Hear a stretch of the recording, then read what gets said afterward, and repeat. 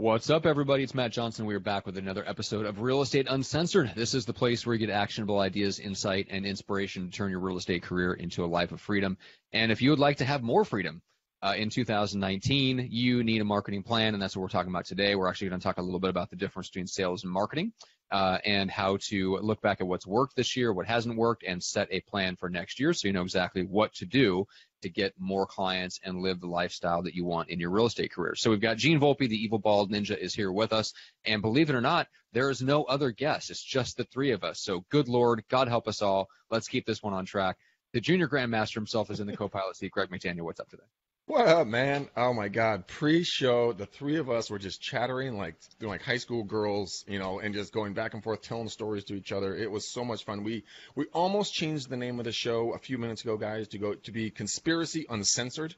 We were this close. And we just might do this on Fridays, do this conspiracy shows, just to shake things up and make them a little bit more lively. But I think what our topic today is going to be really cool, preparing for 2019. I've been doing a ton of as Gene takes a selfie. I've been doing a ton of research for my radio show about what the market's going to be and how it's changing, especially here in California, what to look for, what to be aware of. And so this is a really good show, so I'm super excited. And Gene has a rock star tech tip today that he and I talked about earlier this week, right, Gene? Yeah, I think it was, yep.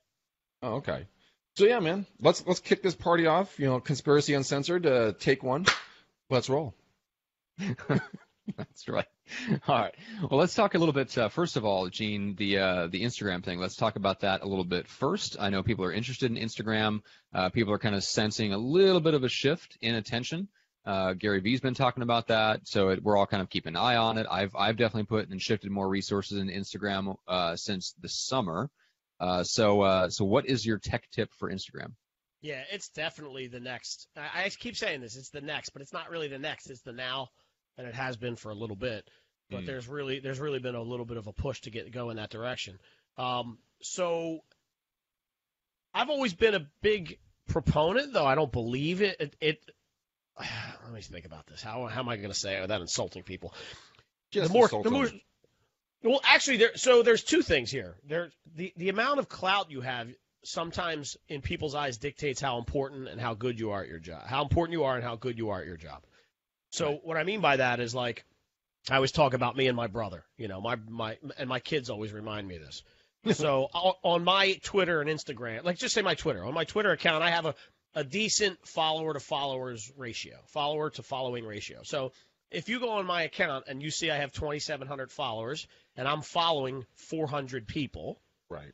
That's a little bit disparaging, right? So you say, okay, this guy's got more followers than he's following people. He must have something good to say, or maybe he's a celebrity. Not at those numbers, but you get the idea, right? You go to my brother's account, he's following 48 people, and there's 21,000 people following him. Whoa. So when you look at something like that, you go, Gene's brother must be cooler or more important than Gene, right? So it's that social cachet. That's the only conclusion I can come to. So that's what I'll be putting in my Christmas card to Gene this year. And listen, I'll be honest with you. If you ask my wife, she says the same thing. You could ask my brother, he would say the same thing. I mean, I'm up against it when you only have that many Twitter followers. Okay. But now, how many of those Twitter followers did your brother buy? No, none of them. So he's one of the top. So he's an actual influencer.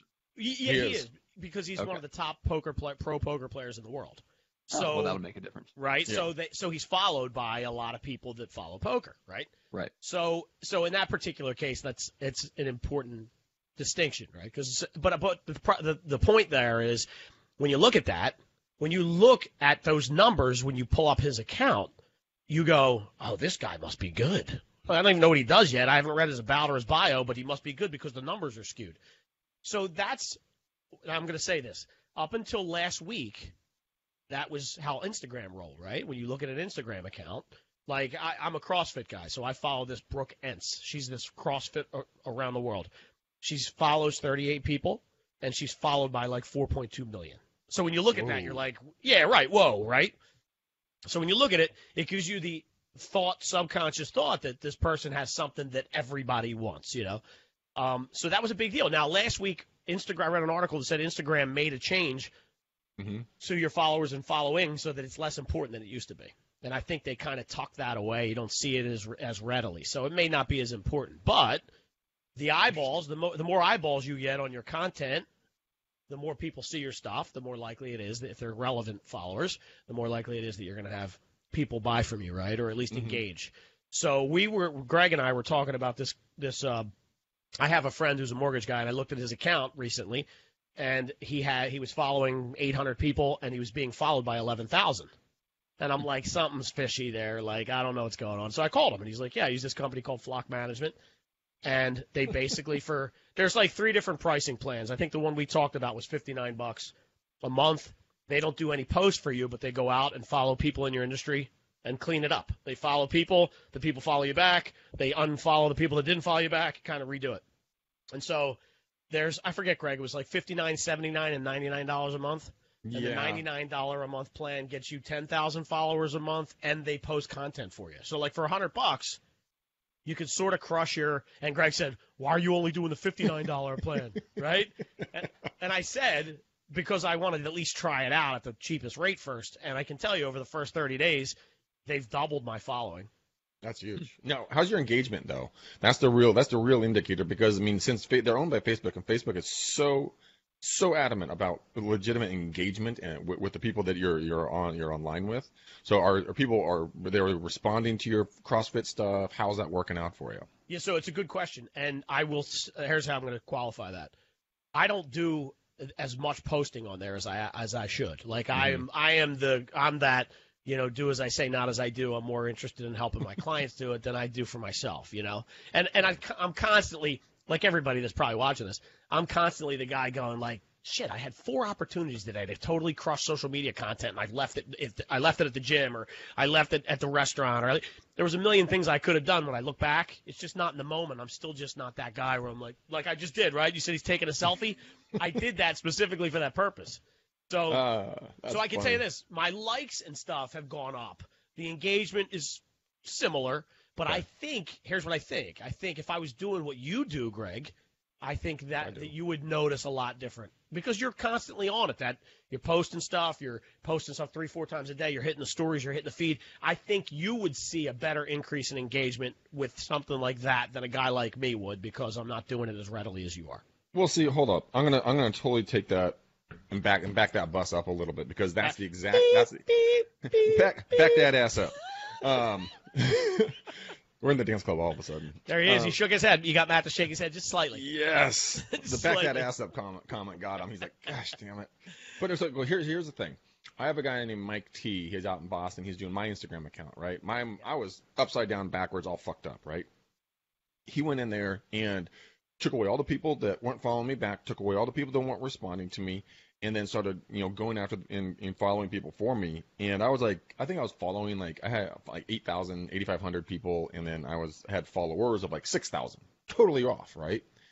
Now it's reversed that. I'm following 6,423 people, and I have 14,800 followers. And that continues to grow and grow and grow. Wait, give me those numbers again. I'm following 14,000. Okay. No, almost 15,000. Okay, fine. Almost. But not It's round up, bitch. It's at an 8. Gosh, you're cutting out. You're cutting 8 on people. On the following too. I cut you some slack there too. So 6 and 14. But the good thing is it's more than 2 to 1.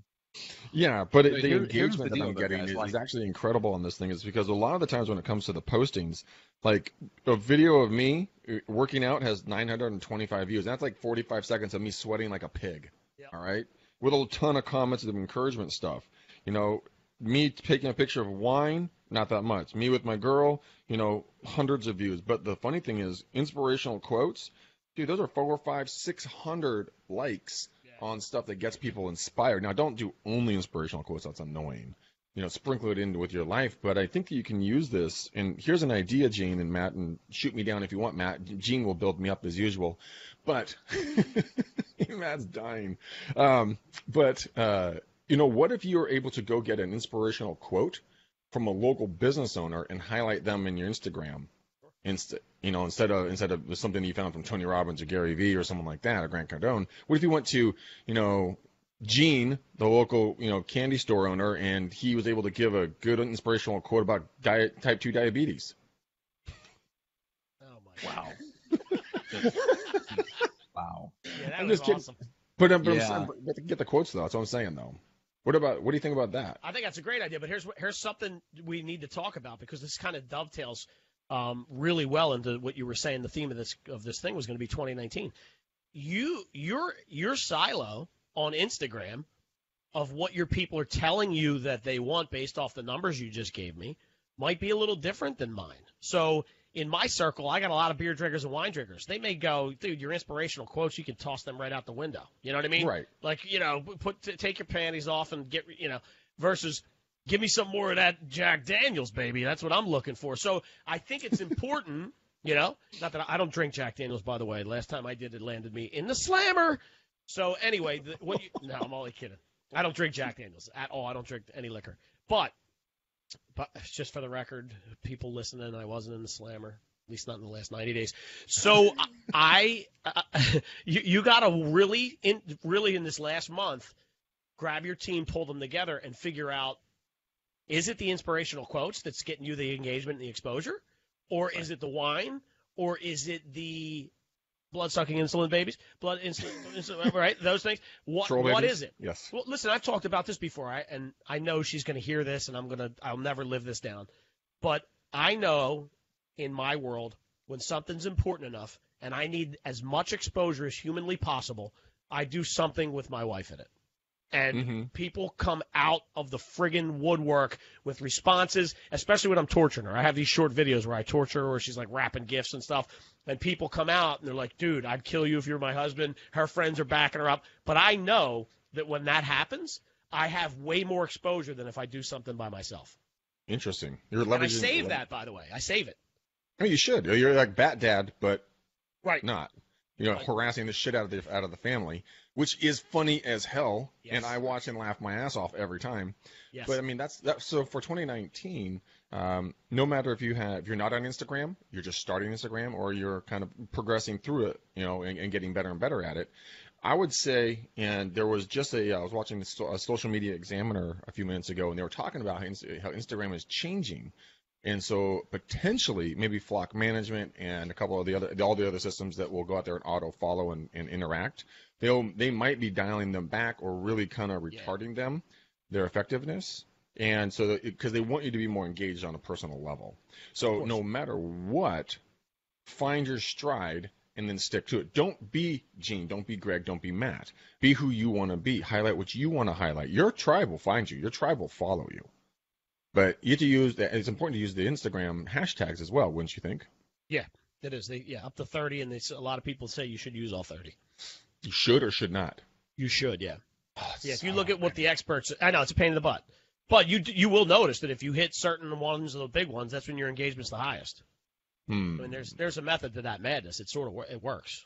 So. Okay, so Gene, let's talk about in 2019 marketing plans. Where would Instagram and social media and videos fall into someone's daily plan for marketing and getting 1 to 5 new emails or phone numbers or contacts a day to build their database? So it's interesting, and I would say almost 1A, 1B, right? Like the video has to go on Instagram. When I put it on Instagram, it also gets cascaded to my Facebook. Like I try to make it as simple as possible with the most bang for the buck. But I think for me right now, Facebook and Facebook advertising is still one. Just because it's still like, Matt, this as Gary Vee talks about, it's still underpriced advertising. Underpriced still. attention. Underpriced attention, thank you. It still is up to a point. It's getting more expensive. Right. You can see it slowly creeping up. I think that when I saw him speak I want to say 8 months ago, and I'm butchering this, but he said something to the effect of there were still $8 billion being spent on television ads by major corporations. Really? And his thought process behind that was, what do you think is going to happen when the price goes up for the television ads because there aren't as many people advertising on television? Those people in Coke and Pepsi and all, name Under Armour, name your biggest companies, Nike, they're going to realize that they need now to spend all of their money on social media advertising, and what's going to happen? That type of attention is no longer going to be underpriced, right? Values, they're going to drive the value up. Just like, look, think of the Super Bowl. You know, the Super Bowl used to be nothing, and now it's $4 million for 30 seconds. You know, $4 and that's million? Yeah, somewhere in that range, 2.5 Oof. 5 million, something like that for 30 seconds. And it's listen, I mean, I love Gary Vee because he says stuff that's so logical. And he said, I was watching one of his things the other day, and he said TV commercials and billboards are going by the wayside. So think about when you watch this, and the Super Bowl is not the best example because people sometimes watch the Super Bowl for the commercials because that's like when everybody comes out with their crazy stuff. Yeah. Somebody said it's literally the only TV commercial you should ever buy because it's the only one that people actually want to see the commercials. Yeah, you'll have parties where it proves the rule. Exactly, right? So, but let's just take the Super Bowl because I bet you this year for the Super Bowl you'll find 90% of your audience that's with you watching it when the game goes off and the commercials come on, they're doing this. You know, and for the people that are listening and can't see it, I'm looking down at my phone. They're checking their Facebook. They're looking to see what other people are doing. They're hitting Instagram to take a picture of me and Matt together while the Eagles are beating the Cowboys in the NFC Championship game. You know what I mean? Like things like that. So, and they probably wouldn't play each other in the NFC Championship. No, that's impossible, but okay. Oh, it's God. impossible. But we know. So so to dovetail on what you're saying, Gene, is this, okay, ironically and perfectly timed. I just got done running I just boosted one of my videos that Viral Marketing recorded for me, and I came across like, do you want to boost it? And I'm like, okay, yeah, I'll boost it for $20 for one day. So check this out. My $20 spend, I reached 1,569 people. Out of those, 231 people watched more than 3 seconds of that video, which is a 14.7% of the people that saw that video watched it for more than 3 seconds. Now, Gene, what are you going to do with those 231 people? You're going to retarget them. Yeah, right. I was going to say to you. So, what was the video content about? Real estate, about relocating, what to do when you're selling, and stuff like that. Okay, so I mean, that's a fairly broad scope, right. And so I might create 2 more videos with that subject in mind and minimize the target to say everybody who watched this for 3 or 10 seconds or whatever it might be, for the 140 people that watched it for 10 seconds and above, serve them these new ads that are related to what they watched the first time. Does that make sense? It does, and that's where I want to take this on the marketing and preparing for 2019. You can't do that with postcards. You can't do that with door knocking, right? You have a nice conversation with somebody, you can't retarget them as effectively as you can online, and especially not the cost of your time and your actual dollar cost, which they both combine together. So, I mean, I think 2019 you have to be on video. That's a non-starter if you're not going to be on video. At least start to be on it. Yeah. You have to be on Facebook and Instagram, and yes, you have to be a narcissist at some level. Yeah. I mean, you don't have to be at Matt's level. You can dial it back. Yeah, but I'm such a narcissist that I don't hop on social media enough because I'm more important.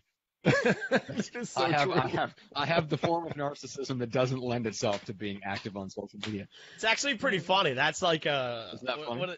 not a conundrum, but what would you call that? Irony? No. It's I'm on the horns of a dilemma. That's for sure. I have a virulent strain of narcissism that does not enable me on social media. That's great. That's great. Oh, that is too funny. But I mean, seriously, Gene, would you cut out, Matt? Would you guys cut out postcards? Would you cut out? No, you keep them, huh? No, and I would get more strategic about it because if you go back and watch, if you watch this again, you'll see what happened when you were saying you can't get the same type of retargeting stuff from when door knocking, right? Mm-hmm. So like I'm working on a strategy now where we incorporate all the different levels of marketing so that I catch Greg. So if Greg wants to consume my content on postcards, he has that ability because the postcard's there. If Matt wants to consume my content in an email, the email's there. If Matt's brother wants to consume my content on YouTube, I have a YouTube channel. And they kind of all connect. So what I would do is the challenge becomes it's the race now for as much information about your potential client as possible. So if you're door knocking, you got to have something of value to give to them in order to get something in return that you can then use to retarget them. Does that make sense? Yeah. I hand out this. I hand out a door hanger. Whoops. That has my picture when I look like a 12-year-old. I'm on the left, yes. Talking about my radio show, but it's not very much value. So this is pretty much a lame duck just a door drop. This is not bringing value. Is that correct? No, because brand recognition is really important. And oh God, we got 9 minutes, I think, or so. I wanted to talk about Payless. Did you guys see this Payless article that came out this morning? Like the shop, About like the shoe store? where Greg gets all of his shoes? Yes, where Greg gets all his shoes. Yes. You're not far sandals. off, actually. All right. You're not far off. Do tell. No, James. I'm going to save it because it's part of the brand recognition. You guys, your minds are going to be blown. It's such a great topic. It might roll into next week. Like, I was like, I can't even tell you what I was like because I'm going to curse. I was like, what the hell is wrong with this society? But now you got to stay and listen because we're going to talk about it. If you haven't seen it, we're it's just awesome. It's awesome. But no, that's not. It's not what you just showed me. That door hanger is not unvaluable. Okay. Right? No, there's value to it. How about that? Okay. Because brand recognition is really important. And if somebody took that and looked at it and thought, this handsome 12-year-old on the right is somebody who I'd like to do business with at a later date, and they put it on their kitchen, on their refrigerator, right? Then then they're looking at it every day, right? I told you this story about my mother and father-in-law's real estate agent from 1995. She sent him a magnet. Her name's Elaine Subio. If she's listening, call me. She put a magnet on the refrigerator when they bought their house in 1995, okay? Yeah. So what is that, 23 years later? How many years later is that? I don't know. Let's go with 23. Yeah, and I know her name. I never met the lady in my life. I have no idea who she is. She was a RE/MAX agent. She sold it. They stuck the magnet up on there, and that magnet was on the refrigerator for 20 years. You know how many times I go in that refrigerator every day? They're like, what are you looking for? Nothing's changed. It's like 6 times, right? But that's good marketing. So there was no call to action on that, and there was no way for her to gather my information, but I still know who she was, right? So that's important. It still works. You might want to figure out a way to include something on that hanger, or while you're there talking to the client, find out what their needs are. And, hey, by the way, I have a great ebook on that need that you have. If you'd give me your email information, I promise no soliciting, I'll send that to you. Well, now you have that piece of information you need to retarget them, because what happens is they don't know it, but you send ads to people that you've door knocked about the listing that just went up 3 blocks down from them in the neighborhood, and they go, this is all too weird. How's this happening? Well, you gave me your email address. You gave me the ability to target you through a retarget, and I'm sending you information I think you might be interested in. You're more likely to look, and by the way, my logo and face are hanging on your refrigerator. So it's a perfect storm. It is, and I think you skimmed over something real quick right there. Okay. But ebooks. I think that's an incredibly powerful thing that you can, and they don't have to be really anything super intelligent. You don't have to rethink the entire world. Go to realtytimes.com, go to inman.com, go to Zillow, and go to their research department and read a couple of articles to find some evergreen content, or just something that will be good for a little while. Record something really quickly, bullet point it out, and then offer it out with your brand on it. I think that could be something that would be ingenious to start sending out, and then you can clump them together, and then you can deliver them to when you go to a listing appointment. Here are my 4 ebooks on how to do blah blah blah. Working with a buyer. Here are my 5 ebooks on how to do blah blah blah. All right, so ready? Now hold on, I'm going to blow your mind now. Do it. I want to take that one step further. Do it. Double dog dare you. So take your ebook and write it, or take your no, it's not going where you think it's going to go. Take your ebook and either have somebody else write it and you edit it, or there's people out there that will write your ebook based off of what you want to send across to them, fairly cheap, and then you can kind of put your spin to it because it's got to sound like it's your voice, and then break the ebook up into a series of 6 to 10 different videos. And so it's now you reading the ebook or explaining each element of that ebook. Right. And then what you do is you set up your CRM or your email to launch out a campaign each week, every 3 days, whatever you want to do, with that series, quote unquote series. So when you get somebody say, hey, Greg, I just put out this new series on planning your 2019 marketing. Great tips on Instagram and getting your followers up. These 5 things I'm going to do, door knocking, how to integrate it. If you just plug your email address in here, and every 3 days you're going to get a video with some ebook information of me, or select the ebook if you want. If you'd rather read it, you can have the ebook too. But you can consume me once every 3 days, all this information, take steps to do it. You can create your own webinar series that way.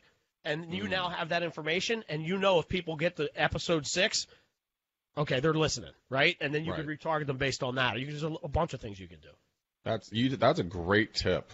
So I'm redoing my database right now, and I'm going to be cleaning everything up. So I'm probably going to record some just videos and just say, hey, look, I got some videos. I have this one video on blah, blah, blah. Here, I'll send it to you. And just see if they, I'll work with you and Sakis on that. That's a really good idea. Yeah, but, listen, once it's set, the hard part is the setup, right? Mm-hmm. Once it's set up, like something as simple as MailChimp that's free. Once you set up those emails with the videos in them over a 6-week period, all I have to do is you set this, I forget what it's called. It's not a campaign, but it's a auto-generated email, whatever. Once I put your information into it, I type your info in, and it kicks it off, and I'm done. I don't even have to think about it again. It just does it on the timer. Really? Autoresponder. Yep. Not an autoresponder, an auto sender, right? Because they're not really responding to anything. It's more of an auto. Yeah, but you're plugging it in yourself. That's why it's not a response. It is a response to them. You're just the middleman taking their email, and you're plugging it into the page for them. If you manually take it, if you set up a system where they put it in themselves with a Facebook ad that drives them to the webinar, I mean, they can do. You can take completely your hands off of it for sure. Mm-hmm. Yeah. That's a good idea right there for 2018. I'm going back in time. Welcome to the movie, Back to the Future. Mm-hmm. But I mean, I think if you were to do the videos, break them up. Here, you know what, Gene? I'm going to do you a solid, homie. What they need to do is they need to call Gene, get a hold of Gene Volpe, GeneVolpe.com, and he will do that for you. I mean, quickly break down what you and Sakis, came up with last week for me. Because I'm totally cool with you telling them, if you want to, about kind of like the videos and how cool and different they are, and how. By the way, I need to know when to start producing that content. Anyways, like Taco Tuesdays. Yeah, all that, all the workouts, Taco Tuesdays, all that good stuff. Dude, well, listen. We're not recreating the wheel, right? There's people out there that are doing this stuff way better than we are. So I'm just taking ideas and kind of making them my own. And Sakis happens to have the ability to propagate that stuff and make it look the way you want it to, right? So one of the things we were talking about was like we talk about Barstool Sports. You've seen that, right, Matt? You ever see Barstool Sports? I don't think so. No. It's a meat locker of a bunch of guys that kind of just, and there's actually girls on it too. There's a bunch of podcasts that go on. But it's geared towards men, it's real rank and, yeah. And, so basically he does this thing. The guy that runs the whole thing is called, he calls himself El Presidente. His name is Dave Portnoy. And he's got a lot of influence now as being the CEO. They're growing. I think it used to be a publication, like a physical publication that they moved. And there's Barstool LA, Barstool Boston, Barstool Philly, Barstool Dallas. So what he does is he basically every single day goes to a different pizza restaurant. Mm-hmm. He has his videographer, Frankie, follow him with a camera. He goes in, orders a pizza. He comes out with the pizza and eats it on the spot. It's usually like a 3-minute video.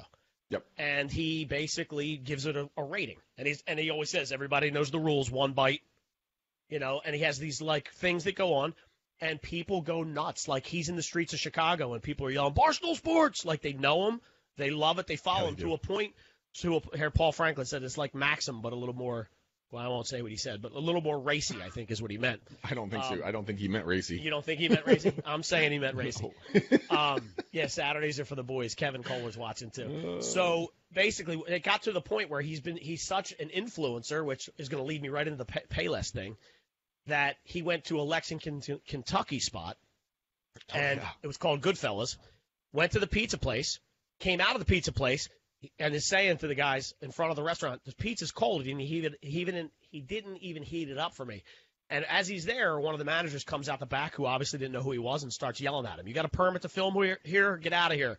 So Portnoy, being from Boston, is like one of these guys. What do you mean get out of here? Like that? So he's like, "Your pizza sucks," and he's like, "All right, take the box and throw it away." So they leave, and within like 10 hours, the whole company was crushed on Yelp. The reviews went from like 4.8 to 1.2 to the point where, like, if you logged on to find it, which I did, Yelp gave you an actual disclaimer. This company has been in the news recently. Some of the ratings may be skewed. No, destroyed it. The CEO came out, and it was great too, because think about Boston, think about like Philly people. They were like, "We've never eaten at this place, but you don't mess with El Presidente 1.0." Like, you know what I mean? Like, but you had to go through it. You had to go read through it to the point where the CEO of the place reached back out to this guy, Dave Portnoy, on social media and was like, "Look, we're sorry. We're having training in house." And actually, I think I might have showed you this, Greg. We were talking about it. They converted it into something where they were selling shirts, 0.0 shirts. Yeah. out of the place, and they were shutting down for training. But now they're all over. Everybody knows who they are. Good fellows from Lexington, Kentucky, right? Mm-hmm. So what we said with Greg is, being where he is, there's probably a lot of taco places. So let's do a Taco Tuesday where Greg comes out with 3 tacos out of the place, and we're just ripping it off. And give a shout-out to Barstool Sports started it. We're continuing here in San Fran. And this is what we're doing. This taco gets a 1.6. Just see what happens. So we're recreating content somebody else did in our own style and voice, and maybe it falls flat in his face. Maybe you get 3 calls because people been eating the tacos you have. They love you, and guess what? Now they want to do business with you. Who knows? Yeah, and I keep thinking about it, and I went around and I looked, and there was dozens and dozens and dozens and dozens. And I was thinking about not just doing tacos, but just doing Mexican food and just walking into any Mexican place and go, give me one of your best. And then just walking out and be like, all right, I'm at this place, I'm eating this type of food. Let's try it out. Right. And I don't want to be an asshole about it. No. I'm not going to be these guys suck at, they put a dog turd in my food. But it's going to be like, the parsley wasn't wasn't as crisp as I wanted it. The tortilla was too hard. Overall, I'll give it a 4.3. But that's all my own personal opinions. And I think I don't know how that's going to work, but we're also going to do a small business review. We're going to go reach out to small businesses. I'm working in concert with Viral Marketing on that. They gave me a huge list of all the vendors to go out and talk to and filling in the blanks and everything. And then we do the McDaniel workouts. My girlfriend is so kind to me. She always reminds me. Her new word for me is fatty, because she thinks she's all high and mighty because she's training for a Spartan race tomorrow and she's all fit and happy, which I do not mind. But she's like, okay, fatty, let's get some pizza. I'm like, shut up, man. Fuck, I am a little chubby. But now it's going to be the journey of me sweating my ass off in the gym, or walking from the gym or to the gym or something along those lines, and watching the progression, taking people on that trip with me. And like you said, we leave opportunities on the cutting room floor every day of content that we're doing already, that you can go out and make yourself seen as a normal human being and take people on a journey with you. People love a story. They want to see their hero go through a challenge and come out successful. But I mean, if you guys want to learn about how to write story, go to mystorybrand.com or build. What is it? Build a Story Brand. Donald Miller wrote the book. Matt, I don't know. That one. No, you don't know that book? No. Oh my God! Hold on, I'm pulling up my Audible right now. I'm re-listening to it right now. It's called Build a Story Brand by Donald Miller. It is storybrand.com. Yeah, it is the best book I've ever read about building a story brand, and you guys will learn that when you're doing all this stuff for 2019, how you've been doing your brand wrong, big time wrong, to the point where the human brain, why we don't get a lot of it done in our marketing, is because we tell too much information to people that people don't want to and don't need to hear. Therefore, your body is burning calories while it's consuming content. And if there's too much content there that's not relevant to their search, they physically shut down from reading to conserve energy, because it goes back to the primordial brain of surviving. The brain wants to keep you alive, not happy. And so if it's burning too much calories, doing something is not going to keep doing it because it needs to reserve it. And we all fuck this up. I fuck this up. And it's fascinating when you read this book, and they can build a storyboard, all kinds of other stuff to really understand who the hero is and who the villains are and what you're trying to achieve, and really clarify it. It's a lot of fun. That's cool. So while we talk about branding, can I, because I know you want to shut this down, but this is so mind blowing to me. I want to see if you guys are on the same page as far as the Payless thing goes. Sure. So Payless just held a mock fashion influencer event in Kansas. Okay. So what they did is and I'm going to try to, you're going to have to look it up because the videos and everything just tell a great story. So what they did was they invited all these influencers, quote unquote, influencers out to this big event for a company called, and now I'm going to spell it, Palessi. Okay. Yeah. So they changed their name from Payless to Palessi, which makes it look more Italian. They took their shoes that they typically sell for from $20 to $40 and had them on display and sold them from anywhere from $200 to $600 to these influencers. What? The influencers ate it up to the point where they interviewed them all on camera about how much they paid and the elegance of the all this, and they're holding the shoes up and doing all this stuff. Payless then tells them, these are Payless shoes. You can usually get them for $20. And they converted the video into commercials. 'Cause, dude, go look it up. It's I'm still trying to process the whole thing because I'm sort of like, wow, it's totally brilliant versus if that was me, I'd be like, man, that's a little screwed up. Like, you just totally trolled me, man. Yeah. You know what I mean? Like, Yes. you gotta look at it, but I think from a brand, so think about what they did. They changed their name from Payless to Palessi. Right? Like, think about how close that is. And they just quadrupled all their prices and went, aren't these elegant? All right, I will say this. It may in fact be brilliant because it goes back to what is your brand archetype in the market.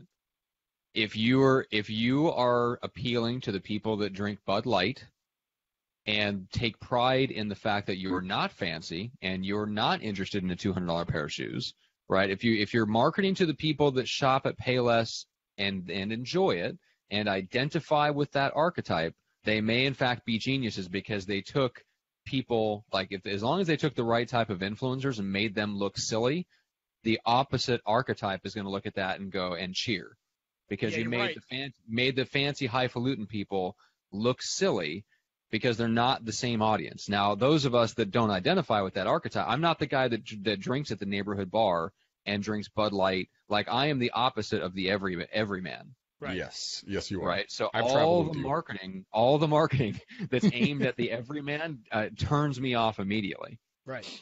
Right. So it's interesting to see what your reaction is to it. It's risky, but they may have just endeared themselves to the people who identify with that. Well, and also just to kind of put the icing on the cake there, forget endearing, right? If nothing else, the millions of customers they have of that $20 shoe are now thinking, hey, man, I can pull it off now. Now nobody's going to know these are $20 shoes. If these people can't tell the difference and they're paying $600, this is a great purchase for me. Yeah. Right? Like, it validates the fact that you're going there and spending less money. Yeah. So how do we flip that for real estate then? How can we bring that into real estate? I'm like, I'm not there yet, dude. You know what you do? You go out and find a fixer-upper and sell it for $8 million because it's not $80,000. It's what it could be. Look at this trash in the basement. Do you know what could be in that trash? No, I don't. I don't golden know. ticket. It's the derelict house. The derelict, yes, it's the derelict house. So I don't know yet, Greg, because listen. It's one of those things like once every 2 weeks I find something where my head just blows off my shoulders, and this was one of those moments. Please point out that all attention is not good attention. All publicity is not good publicity. If you're Donald Trump, maybe. If you make money off of polarization, then all publicity is good publicity. Right. Real estate agents do not traffic in that. We don't convert polarization into cash. Right. We convert trust into cash. And that's truth. That's a lot of that has to do with the regulations and guidelines you're under, right? Like, that polarization is perfect for me as a digital marketer. For you, yes. you run the risk of having somebody come down on you and saying, some jurisdiction saying to you, remember your real estate license? We're taking that because you're fraudulently, you know what I mean? Like, who knows? That's a trick. That was a trick. You can't do anything to me for a trick from a legal perspective because I have no licenses or anything, right? Right. If you pulled something like that, like a bait and switch with your client, that's a big problem. You know, that's a big problem. So, but there's something to be said about the creativity and the thinking outside of the box for something that's completely legal. You know, you guys can pull something off.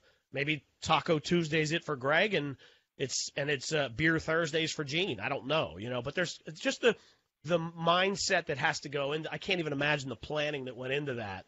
How many hoops they had to jump through, how many no's they had to bypass for a company that's as big as Payless to say, yeah, we're on board, go ahead and do it. Yeah. It's crazy. Blows my mind.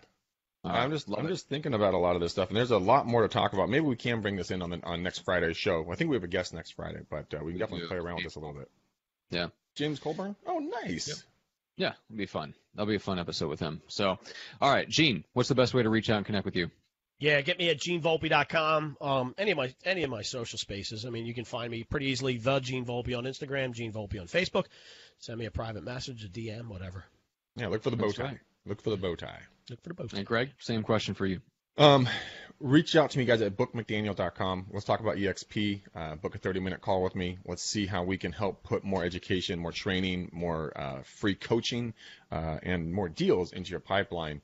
As you see us monkey around here on the podcast quite a bit, I love to jump deep on the clients that come into our family with EXP, and I like to give them one-on-one coaching that I do with them at no cost. So if you're looking for free one-on-one coaching and you're looking to build your business and create multiple streams of income, we're your guys. So go to bookmcdaniel.com and book an appointment today. Matt, how can people rate and review and give us a 15-star review on every account?